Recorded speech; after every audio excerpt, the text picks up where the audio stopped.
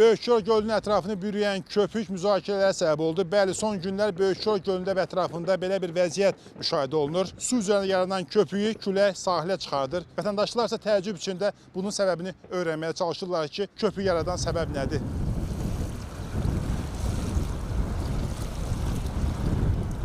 Ümumiyyətlə, Böyükçöl tipli göllərdə əlbəttə ki, köpüklənmənin səbəbi çox müxtəlif ola bilər. Hər bir halda müvafiq nümunələr götürülüb təhlil olunmalıdır. İlk növbədə onu deyim ki, bu üzvi maddələrin çirklənməsi nəticəsində səthi aktiv maddələrin yaranması nəticəsində baş verə bilər. Biz bilirik ki, Böyükçöl vaxtilə çox çirklənmiş bir göl olubdur və bu çirkləndiricilərin bir hissəsi hələ də Böyükçöldə var. Çirklənmə bəzi ərazilərdən qismən davam edir və burada azot və fosfor kimi aktiv maddələr də evtrofikasiya şəraiti yaradırlar və nəticədə suda müxtəlif bakteriyalar əmələ gəlir və həll olunmuş oksigen azalır.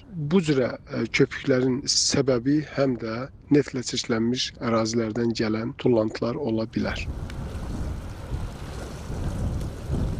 Böyükçöl gölü ərazisində mərkəzləşdirilmiş kanalizasiya sistemi olmadığından tullan sularının bir qismi gölə axıdılır. Tullan suları əsasən gölün ətrafında məskunlaşan əhalinin məişət tullan suları, həmçinin həmin ərazidə fəaliyyət göstərən müəssisələrin tullan suları hesabına formalaşır. Azərbaycan Dövlət Su Ehtiyatları Agentliyi yanında suların istifadəsinə və mühafizəsinə Dövlət Nəzarət Xidmətinin əməkdaşları göldən su nümunələri götürərək xidmətin tabeliyində fəaliyyət göstərən mərkəzi laboratoriyaya təqdim edib. Analiz nəticələri əldə olunduqdan sonra ictimaiyyətə ətraflı məlumat veriləcək.